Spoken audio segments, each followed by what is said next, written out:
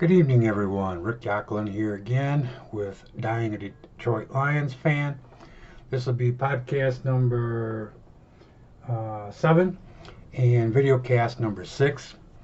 Going to talk a little bit about the draft and some of the things that have transpired over the weekend draft-wise in regards to the Detroit Lions. But let me start out by mentioning that this weekend, at least, which would have been Masters weekend, at least it was kind of interesting that CBS turned around and showed Phil Mickelson's win back in, what was it, 2004 or 5, and then yesterday showing Tiger's win in 2019. While I remember watching them both live, it was just nice to see golf again and see something remotely interesting on television. While I appreciate the 2K games that they've been playing basketball with and some of the stuff about the horse that they were doing, it's just not something that's really captivating me to pay attention. Maybe it's because I'm not a video gamer, I don't know. But at least it kind of gave a little something to kind of put some hope in that maybe soon we'll get around to being outdoors again and being able to be amongst friends and do things. The numbers in Michigan seem to be leveling off a little bit, but it's probably too early to really tell. And because of the number of tests that are really still available for people, who knows how accurate the numbers are. Some things that are kind of frustrating is the fact that here in Michigan that we can't even do garden work. I mean, I can't say you can't do anything because you can mow your lawn, do that type. And I've had to do it twice already this first week with the nice warmer weather. My grass just started growing like crazy. But it would be a great time for me to get a leg up to some extent, not by planting any flowers or anything along those lines, but I'd like to have mulch and be able to get my mulching all done for this time because I really have nothing to do. Kind of boring. And it would be a perfect time to put that weed and feed on my yard too. But now I can't even buy those types of materials in garden centers because they're not considered essential. So kind of a damned if you do, damned if you don't. On a bright note, though, with the nice warmer weather we had over the weekend, between Friday and Saturday, I was able to basically get my outdoor, my garage and my bar area back to set up. Got my television back outside, got the refrigerator back out, and basically actually painted part of the wall. So I'm looking to get some backdrops to kind of make my video cast and podcast out in the garage a little bit more aesthetically pleasing, especially for the video. But I can envision myself doing an awful lot of the podcast and video cast from the garage during the summer because I really enjoy being outside. I like the fresh air rather than being stuck in an office, and looking forward to that a little bit. Trying to come up with a name for my bar out in the garage. I'm thinking it's got to be something to do with Spartans, something to do with Michigan State. So I don't know yet what I'll come up with that, but I'll come up with something.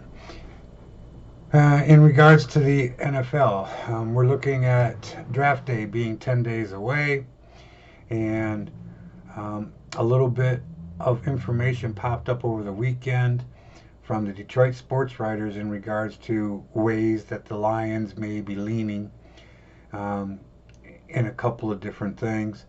But before I get into that, this morning on Get Up, Jalen Rose, who was a Fab Fiver for the U of M basketball team and also NBA player, now an NBA analyst for ESPN, being from Detroit, he had an idea of what Detroit the Lions should do. And he, like myself, happens to be a Matt Stafford fan, and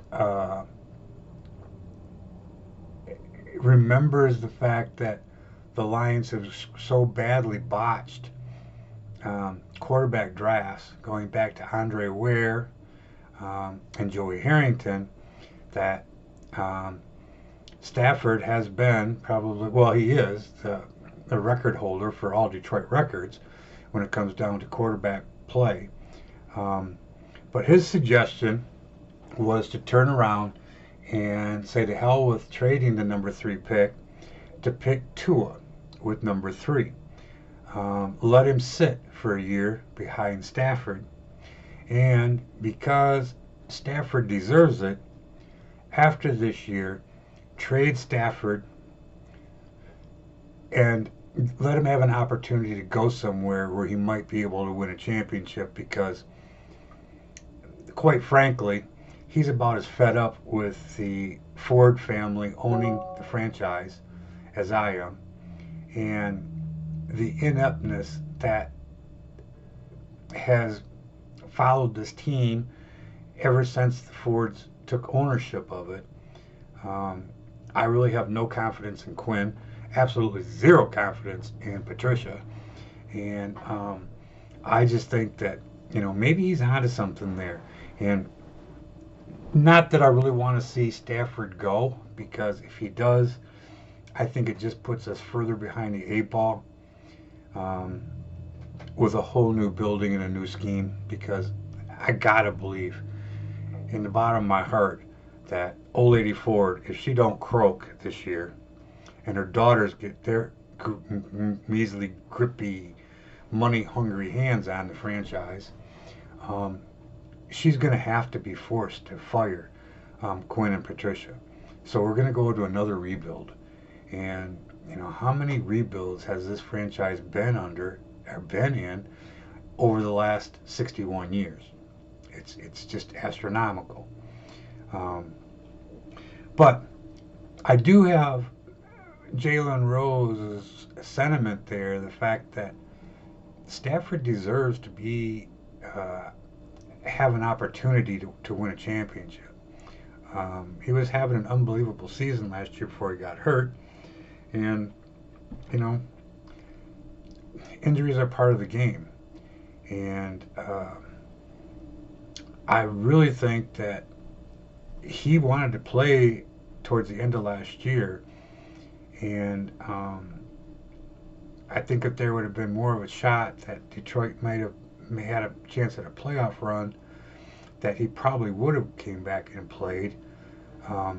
So I don't know. You're kind of damned if you do, damned if you don't there. But I believe that he did not want to go on injured reserve for a reason, and I really think that injured reserve came from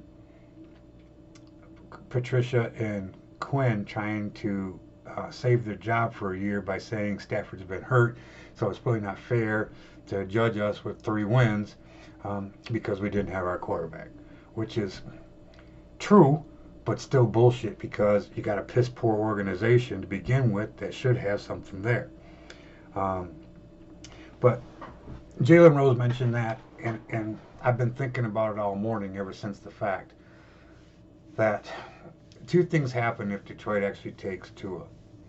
If somebody else really wants him, they're going to trade for him. And it could make the process be a little better for Detroit, because the Detroit sports writers came up with 3 possible scenarios for Detroit trading the 3rd pick and dropping back and still having an opportunity to get a quality defensive player that they so desperately need, because we all know that the defensive genius, Matt Pencil Dick Patricia, obviously is a phony, and his defense isn't worth a shit. So they do need that. But before we go to that, let's take a quick break for the podcast listeners, and we'll be right back and finish up this idea of the the sports writers and what they're thinking they can get.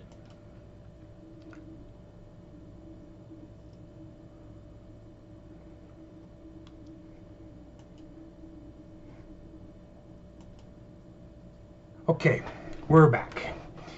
We're back talking about the sports writers, and their comments were the three places that Detroit could most likely find a trade partner and still get themselves in a position to still land somebody well, a good defensive player. Number one would be Miami, moving down to the 5th pick. Okay, good chance that either Simmons or the cornerback Okura or whatever his name is still going to be available there. Plus, Miami having the additional first-round picks, the suggestion would be that Miami gets Detroit's 3rd, they get the 5th, and then Detroit gets another first-round pick, which would be somewhere around 20-something. I don't remember exactly what. And then a 3rd-round pick, giving Miami back a 4th-round pick. So, fair compensation. They get 2 first-rounders for stepping back 2 spots. Second case was San Diego. San Diego doesn't have as much trade bait, so to speak, when it comes down to moving up to number 3. If they did, it would be their 6th, number 1, okay? They would have to include a 2nd because they don't have another first-round pick, and probably have to throw in a first-round pick in the following draft for 2021. So, it's a possibility, but, I don't really see that happening. I would think that Quinn would be smart enough to realize that he's got more bargaining power there. So I'm not really looking at a possibility for San Diego, or excuse me, the LA Chargers now of being able to do that. And then the third scenario that they came up with, Jacksonville Jaguars. This one's a little bit interesting from the standpoint is the fact that is Jacksonville really willing to, kind of like bet the farm on Gardner Minshew? And while they do have the 9th pick in the draft, they could swap that spot, pick up another 2021 first-round pick, and there's a couple other picks that they have that would get Detroit a couple more picks, like in the top 60, I believe it was, of the players for this draft. So there's a potential there. And the idea is interesting to me there because I'm not sure Jacksonville is going to be able to be competitive again this year. So even if they draft a rookie quarterback, what's the chances of them winning more than 4 games? Or 5 max. So Detroit would probably end up getting a nice 2021 first round pick if they were to swap with them plus their own. And I really don't see the Lions doing anything this year because I just can't trust Patricia and Quinn. I just feel that they're going to botch this season so bad that it's going to force the Fords to actually move off of them, and we're looking at a total rebuild anyways in a year. So it's going to be a new general manager, new coach, new system, new everything for the umpteenth time in Lions history. So we got that there to consider too. By the way, that article was by Dave Berkset of the Detroit Free Press, and you can probably look that up if you go into the DetroitLions.com site. I believe they have a link in there for the Free Press article, so something you can look up there. But with the draft coming up, and knowing that Detroit needs some help, we need an offensive lineman, we need defensive help desperately. One of the other things that came up today was that Snacks Harrison mentioned the fact that he wanted out of Detroit so bad that, as a matter of fact, when he found out he was traded to Detroit, he refused to answer the phone for the first 2 hours, knowing that it was going to be Quinn calling him, because he tried to figure out how he could get out of the trade. And actually, Snacks Harrison actually played Detroit quite well, getting an extension to his contract last year, bonus money up front, and granted he had a shit year, didn't play that well, but overall got his wish, because by threatening the possibility of retiring or whatnot, the Lions released him, so he's free to go and sign with another team and have a chance to play on a winning franchise, something that he's not going to do in Detroit. So you got that thrown in the mix too, the Slay trade, everything that was said about Slay. And Harrison says that there's no hard feelings with Patricia, but yet he comes back and says that he wasn't used appropriately, and trying to play to Patricia's standards and what he wanted from a defense actually took away his playmaking ability. Now, whether that's true or not can be, argued both ways. But the fact remains that when he first came over from the Giants for the half of the year in 2018, he did produce. And I'm sure they didn't turn around and he didn't pick up the total defense that the Lions were running under Patricia. And Patricia's first year to boot, I'm not sure that dumb son of a bitch knew what he was doing to begin with. So, is Patricia the problem? I mean, I think he is. I think that he's egotistical. And I think that he's just overhyped to the max. I mean, he's not head coach material, let alone defensive coordinator material, in my opinion. If it wouldn't have been for working with Belichick, I don't think that he would have ever had a defensive coordinator's job anyplace else. I mean, he was a yes man for Bill, and that was it. So, don't really know. But let's talk about what we're looking at as fans for the Detroit Lions with this draft.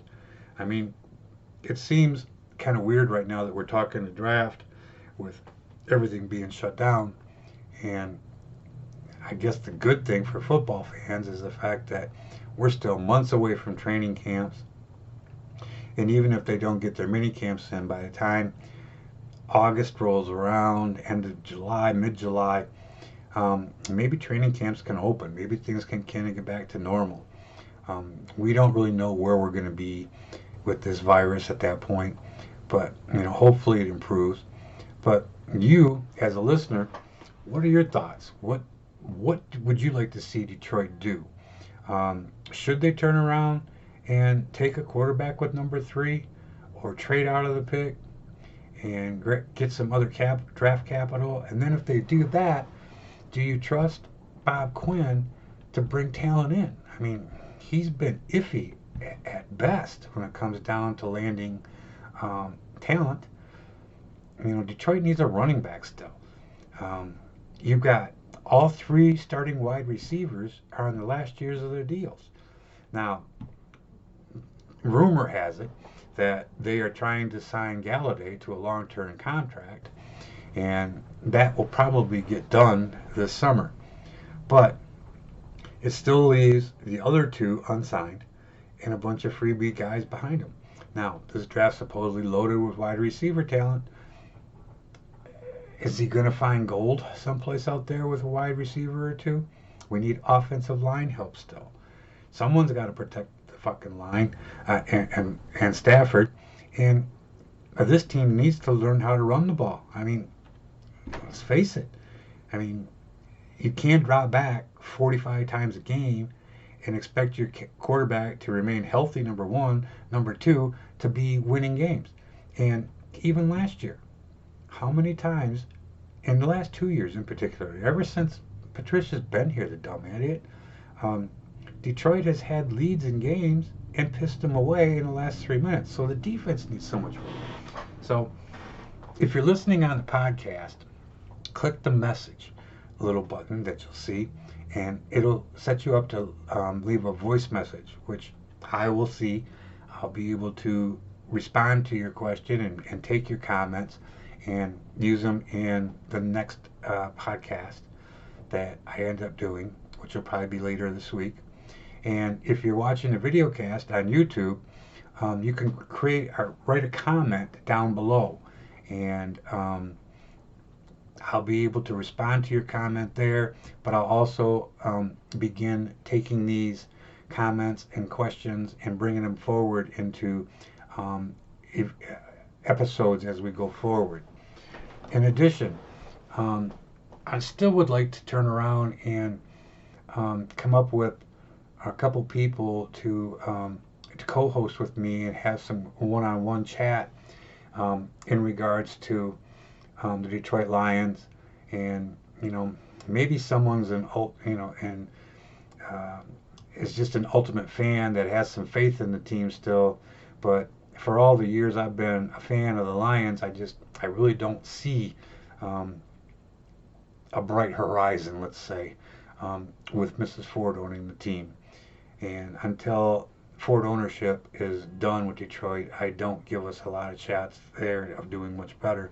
So if someone's an eternal optimist and really believes in the Detroit Lions, I'd love to kind of like get together, have a podcast or two that we can record at one time, and put them out there on the air and have a debate over what the Lions should do or should not do. In addition, I have decided that I am going to take my video cast on the road. When I say that, I am going to check with a couple of friends of mine that still own bars in the Flint area and see if I can do a podcast at least once or twice a month from their location, where I'll be able to ask people if they want to talk and comment about the Lions. And I'm actually thinking that I'd like to do like a pregame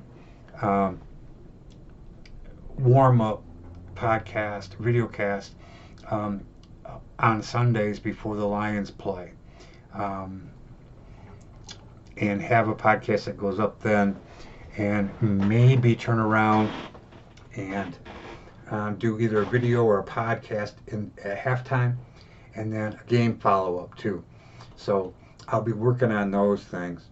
I have reached out to a local distributor here to see if I can get some support from them, and I know that they have the ability to make me some banners and things, and I will give them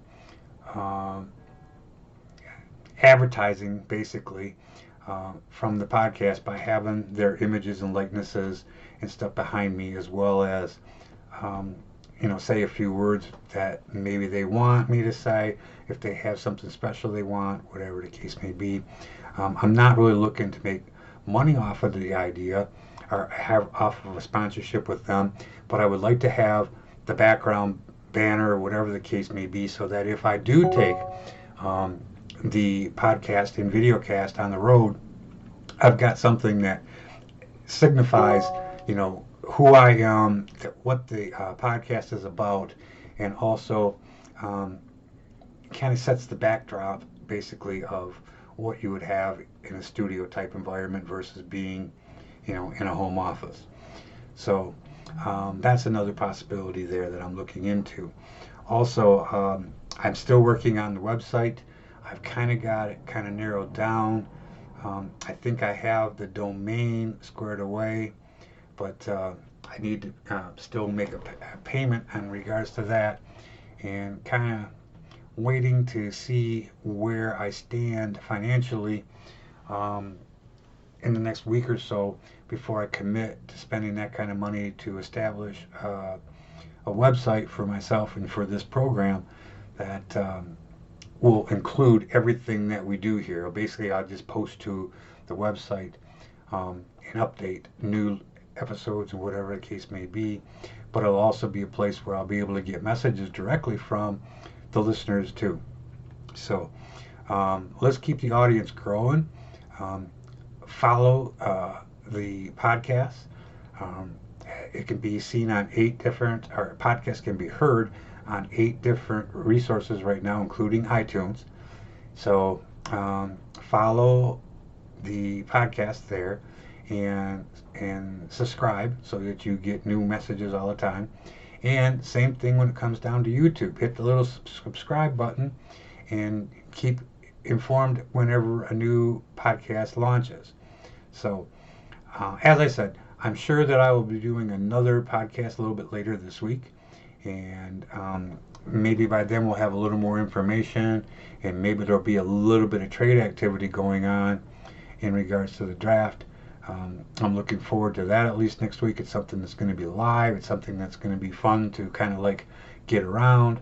So I'm looking forward to that. I'm looking forward to next week. Please, as I said, leave me a message. Contact me. My contact information on the podcast is in underneath the show notes. You'll be able to see that. And same thing with the VideoCast. I will have my contact information there as well.